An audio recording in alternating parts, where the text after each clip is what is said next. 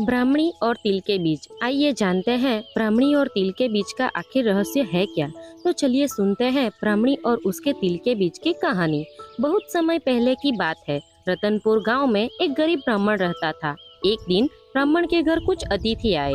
ब्राह्मण की स्थिति इतनी खराब थी कि उन अतिथियों को खिलाने के लिए उसके पास अनाज तक नहीं था। इसी स्थिति को लेकर ब्राह्मण और उसकी पत्नी के बीच कहासुनी हो गई। ब्राह्मणी कहती है, आपको पेट भरने योग्य अनाज कमाना भी नहीं आता है। इसी का नतीजा है कि आज हमारे घर में अतिथि आ खड़े हुए हैं और हमारे पास उन्हें खिलाने के लिए कुछ भी नहीं है। यह सुनकर ब्राह्मण कहता है, कल कर्क संक्रांति है, मैं कल भिक्षा लेने के लिए दूसरे गांव जाऊंगा। वहाँ एक ब्राह्मण ने मुझे सूर्य देव की तृप्ति के लिए आमंत्रित किया है और दान भी देना चाहता है। तब तक जो कुछ भी घर में है उसे आदर सत्कार के साथ अतिथियों के सामने रखो। यह बात सुनकर ब्राह्मणी कहती है, आपकी पत्नी होकर मैंने कभी सुख नहीं भोगा, न कभी खाने को मेवा मिष्ठान मिला, न ही ढंग के वस्त्र और आभूषण, और आप कहते हो जो कुछ भी घर में है उसे अतिथियों के समक्ष रख दो। पड़े हैं तो बस एक मुट्ठी तिल, तो क्या अतिथियों के सामने सूखे तिल रखना अच्छा लगेगा? ब्राह्मणी, तुम्हें ऐसा बिल्कुल भी नहीं कहना चाहिए। अधिक धन की इच्छा के चक्कर में मनुष्य के माथे पर सीखा बन जाती है। ब्राह्मणी को यह बात समझाने के लिए ब्राह्मण उसे शिकारी और गीदड़ की कहानी सुनाता है। ब्राह्मण कथा की शुरुआत करता है। एक दिन एक शिकारी जंगल में शिकार की खोज कर रहा था। वहाँ तुरंत ही उसे एक खरगोश दिखाई देता है, लेकिन उसे तो बड़े शिकार का लालच था, इसीलिए वह खरगोश को जाने देता है और आगे निकल जाता है। कुछ दूर आगे बढ़ने के बाद शिकारी को एक काले रंग का विशाल सूअर दिखाई देता है। सूअर को देखते ही शिकारी अपनी कुल्हाड़ी को लेकर धीरे से उसे मारने के लिए उसके पास जाता है और उसके पास जाकर अपनी कुल्हाड़ी से उस पर वार करने लगता है। तीव्र गति से वार करने की वजह से सूअर को घायल कर देता है। घायल होने पर सूअर चिंघड़ता हुआ शिकारी पर पलटवार कर देता है और इस तरह शिकारी और सूअर दोनों मौत के घाट उतर जाते हैं।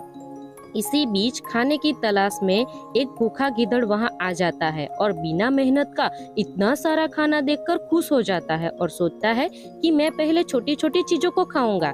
तभी उसे शिकारी के मृत शरीर के पास कुल्हाड़ी दिखाई देती है। गीदड़ के मन में उसे ही पहले खाने का विचार आता है। जैसे ही वह कुल्हाड़ी पर छलांग लगाता है, कुल्हाड़ी उछलकर उसे ही माथे पर लग जाती है और उसकी मृत्यु हो जाती है और कुल्हाड़ी ऐसी फंसती है मानो उसके माथे पर शिखा निकल आई हो। यह कहानी सुनने के बाद ब्राह्मणी कहती है, ठीक है, अगर ऐसी बात है तो घर में जो मुट्ठी पर तिल पड़े हैं उन्हीं को मैं अतिथियों को खिला देती हूँ। ब्राह्मण भी यह सुनकर खुश हो जाता है। वही ब्राह्मणी तिल को धूप में सुखाने के लिए फैला देती है।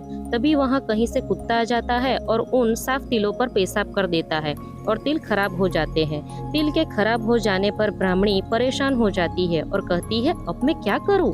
काफी देर सोचने के बाद उसे एक तरीका सूझा। अगर वह गंदे तिलों के बदले में साफ तिल देने की बात करेगी तो कोई भी आसानी से मान जाएगा।